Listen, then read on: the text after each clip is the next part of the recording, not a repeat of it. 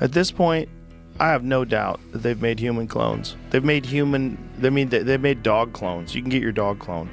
If your dog's going to die, you can get the DNA from your dog. Here is a question nobody in mainstream media wants to sit with.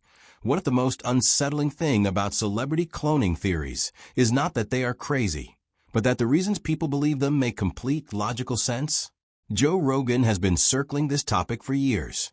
Not with wild certainty, not with foil hat dramatics.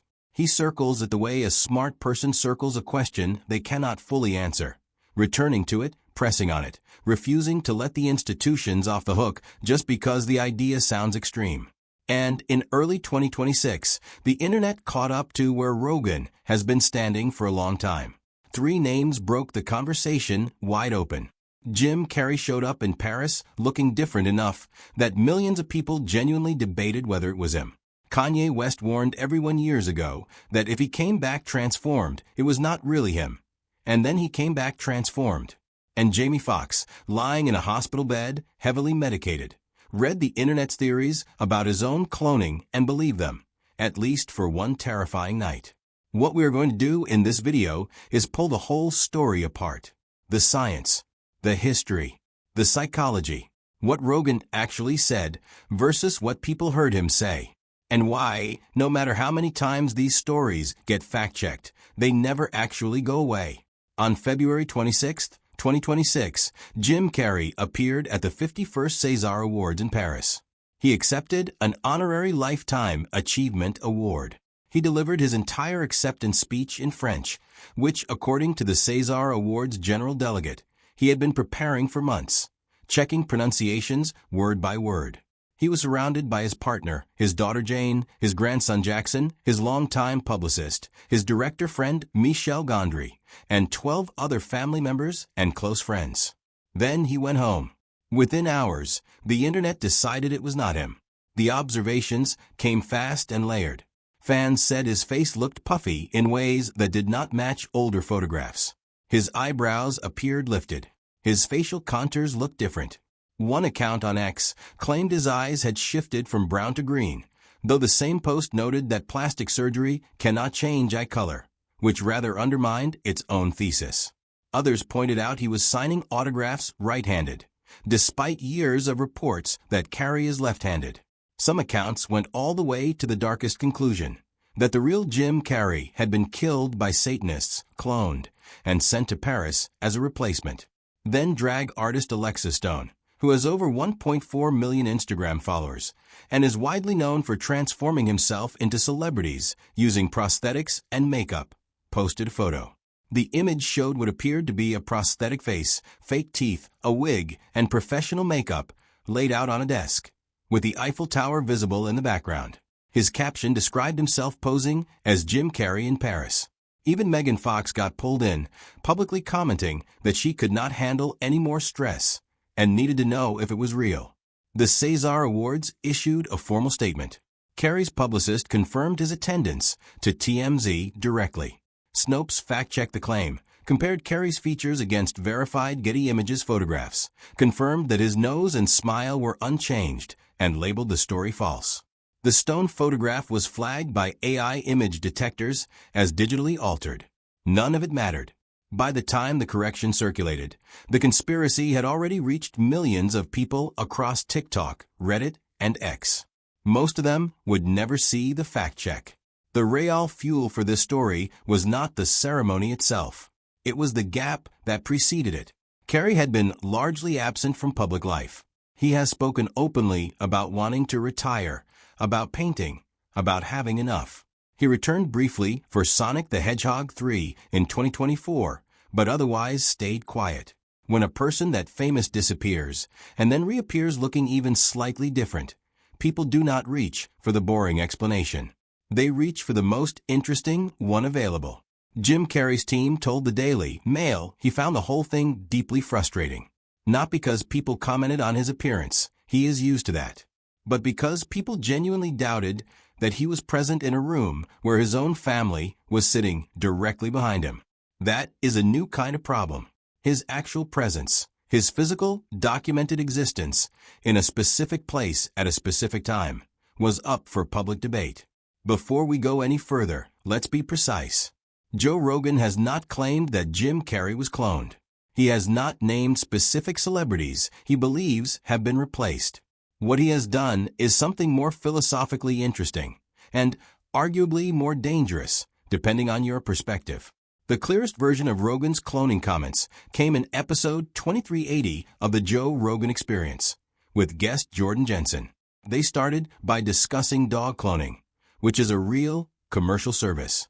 You can pay around $30,000 to a South Korean company called Sum Biotech to clone your dog from a DNA sample. You receive back a puppy that shares the original animal's genetics, including, eerily, some personality traits. Rogan found this fascinating and deeply unsettling in equal measure. From there, the conversation moved in a direction that has since been clipped and shared millions of times. Rogan said he believed they had probably already made human clones and simply stopped telling the public about it. That it was likely a large number of people had already been cloned. He then added, delivered as a dark joke, that the people warning you about clones were probably clones themselves. In a separate episode with Harvard geneticist and longevity researcher David Sinclair, Rogan went deep on CRISPR, the gene editing technology that allows scientists to make precise alterations to DNA sequences. He and Sinclair discussed how the same tools being used to potentially revive extinct species could theoretically be applied to humans, and whether any of it had already occurred in secret. The answer both arrived at was, probably not, but also, how would we actually know? That is the loop Rogan keeps returning to. Not certainty, not conspiracy. The simpler and more uncomfortable idea that institutional disclosure is unreliable. In an episode with Ben Lamb, CEO of Colossal Biosciences, the company that has produced mice carrying woolly mammoth traits, and has announced plans to de-extinct the dire wolf, Rogan explored at length how quickly biotechnology outpaces both regulation and public awareness. His argument was not that celebrities are being cloned in secret underground facilities. His argument was that the gap between what science is technically capable of doing and what the public is told about is enormous, and that historically, that gap has been used to conceal things. That is a different argument.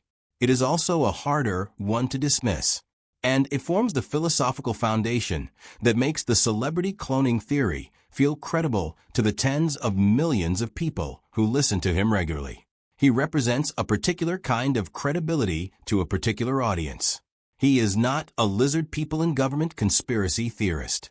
He is a man with a long-running, highly successful podcast who asks questions that mainstream media typically will not ask, interviews scientists alongside theorists, and leaves the conclusions open.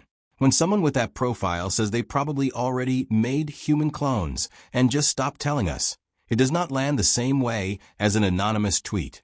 It sounds like someone with real access doing the math out loud. Of all the celebrities at the center of the cloning conversation, Kanye West is the one whose case has the most genuinely strange components. Not because he was cloned, he was not, but because he said something specific on camera before his most dramatic public transformation that made everything that followed feel almost prophetic. In an interview that circulated widely, Kanye told his audience directly, if he ever went away and came back looking different, they should understand it was not really him. In a separate clip, he made it clear that if he ever disappeared, people would know the reason why. These were not throwaway lines. They were delivered with the weight and seriousness of someone who genuinely believed the entertainment industry was capable of silencing people who spoke too loudly and pushed too hard. At the time, Kanye was in the middle of one of the most intense and volatile public periods of his career. He was naming specific industry figures. He was talking about MKUltra and mind control. He was publicly claiming that the medication prescribed to him was designed to suppress his thoughts and creativity rather than treat a genuine condition. On the Joe Rogan Experience, Kanye described asking his doctors about the dosage of lithium they intended to prescribe, and said it took them 4 days to give him a straight answer because they were embarrassed by how much it was. He also mentioned that his trainer had connections to Canadian Defense Research, a detail Rogan found worth discussing at length. Then Kanye went quiet. When he came back, he was with Bianca Censori. He had walked for Balenciaga, a brand he had previously and very publicly condemned. He was not speaking in the volcanic, confrontational way he had been. And people noticed things. Broader shoulders. Apparent height differences. Reports of missing tattoos. A TikTok video cataloging these observations accumulated 6.3 million views in October 2023.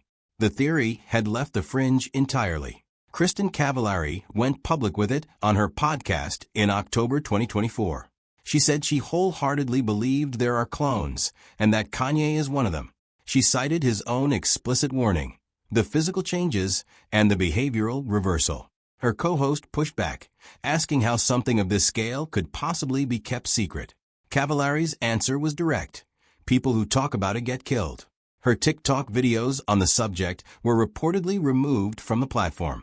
The real explanation, the unexciting one, is almost certainly that Kanye West experienced a serious and prolonged mental health crisis, received medication, and changed as a result.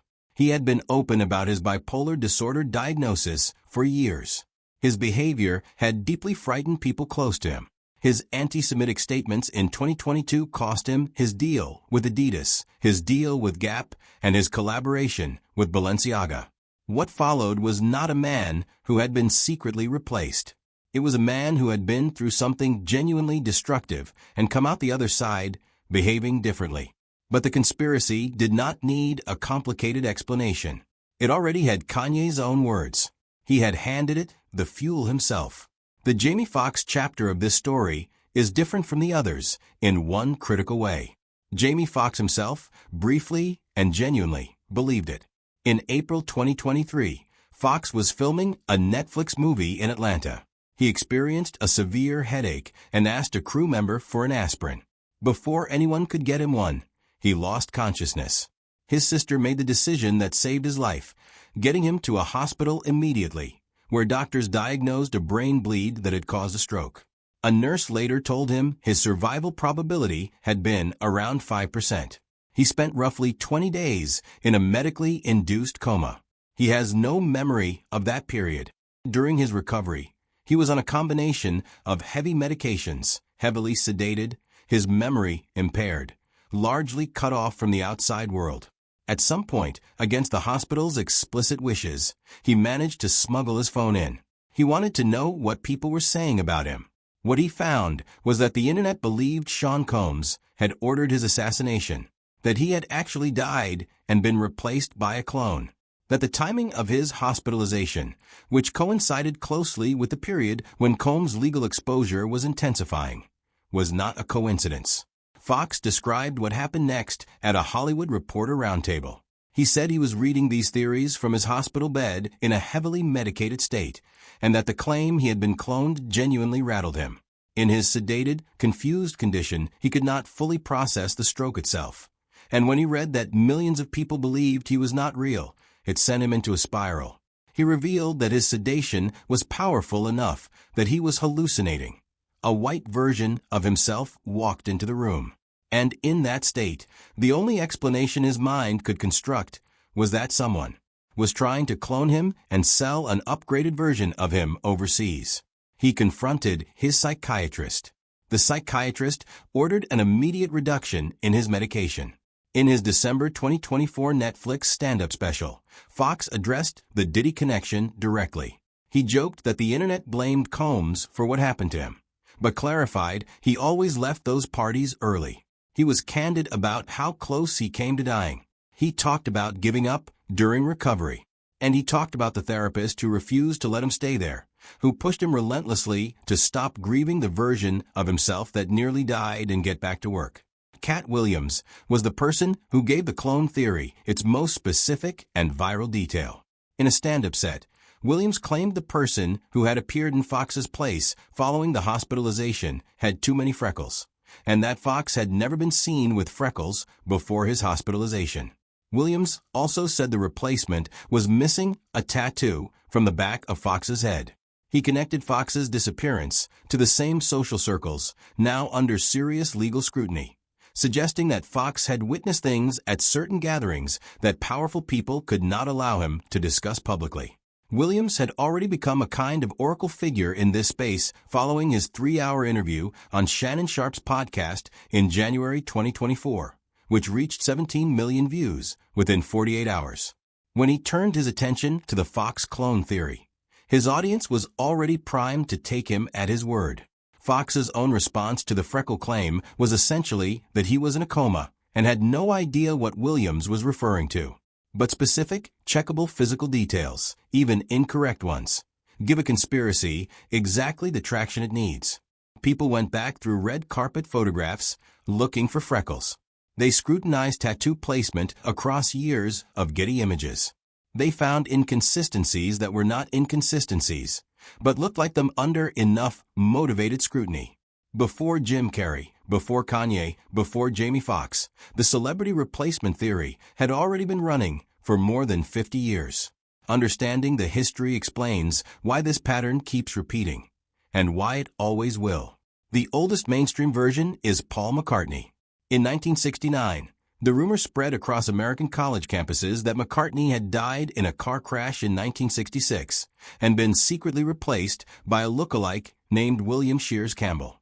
Theorists pointed to the Abbey Road album cover as a coded funeral procession, with Paul walking barefoot because he was the corpse. They claimed playing a certain track backwards revealed a hidden message about his death. They claimed a phrase Lennon mumbled at the end of Strawberry Fields Forever was him saying he had buried Paul. McCartney has been addressing this theory for 50 years. He is 73 years old and still performing stadium tours. The theory has never died. Avril Lavigne's version is more instructive because of its ending. In 2011, a Brazilian blog posted a theory claiming Lavigne had died shortly after her debut album and been replaced by a trained body double named Melissa Vandella. The evidence was mostly moles appearing and disappearing across different photographs, and a promotional image in which she had the name Melissa written on her hand. It spread to Reddit, TikTok, and mainstream media. The creator of the original blog eventually updated it with an apology, admitting the entire thing had been designed as an experiment, a deliberate test of how quickly a completely fabricated conspiracy theory could spread and be believed. His conclusion: it worked far better than he had ever expected. Eminem's version centers on the 4-year gap between his 2004 album and his return in 2009. Theorists argued the real Eminem had died in 2005 after refusing to cooperate with the Illuminati, and the replacement had different vocal delivery, different facial structure, and had switched from blonde to dark hair. Eminem has never directly addressed the theory, which theorists interpret as confirmation. The actual explanation, addiction, grief following a close friend's death, and severe writer's block, is thoroughly documented. But the gap gave the theory space to grow. The pattern across all of these cases is identical. A famous person is visible and vocal. They go quiet through illness, personal crisis, or deliberate choice. When they return, something looks or feels slightly different to the audience that has been watching them for years. And an internet that has been conditioned by documented stories of real institutional abuse, real industry cover-ups, and real conspiracies that turned out to be entirely true, reaches for the most extreme version of the explanation. Gucci Mane is worth mentioning here because his case highlights the theory's logical trap. In 2016, he was released from a 3-year prison sentence looking genuinely transformed. Leaner, more mentally focused, more disciplined. He got engaged. He worked out. He released music that many fans considered his best work. A significant portion of the internet concluded the man who entered prison and the man who left were not the same person. Gucci Mane himself addressed this directly, explaining that prison gave him the time and clarity to get sober and rebuild himself. But here is the trap. The more convincing someone's transformation appears, the harder the clone theory becomes to shake. A dramatic, positive change is harder to explain away than no change at all. Let's close the loop on the science, because the technology is real, it is advancing, and the gap between what is technically possible and what the public understands about it is significant. Dolly the sheep was cloned in 1996 at the Roslin Institute in Scotland, the first successful clone of a mammal from an adult somatic cell. Since then, cattle, pigs, cats, dogs, and horses have been cloned commercially.